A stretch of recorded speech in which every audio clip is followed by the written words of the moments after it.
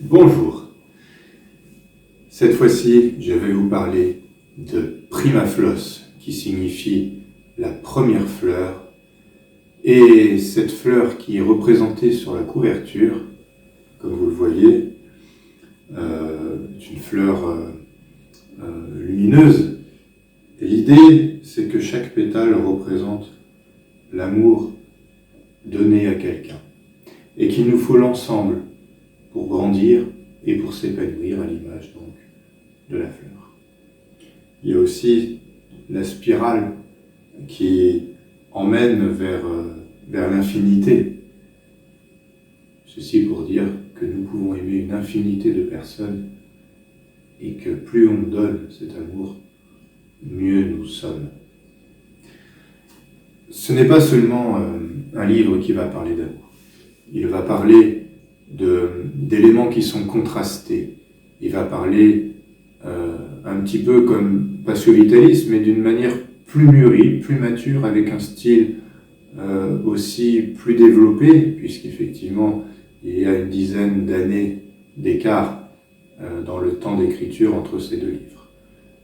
Et donc, on va parler du jour, mais aussi de la nuit. On va parler d'enchantement, de désenchantement, d'illusion et de désillusion, un peu comme pour Passio Vitalis, mais de façon plus équilibrée, avec un autre message et des thèmes nouveaux, des thèmes fantastiques, et des thèmes, qui ne relèvent absolument pas de l'autobiographie, qui vont vous emmener vers différents horizons pour que vous puissiez vivre différentes émotions et en vous appropriant bien entendu chaque poème. Je vais vous lire un extrait.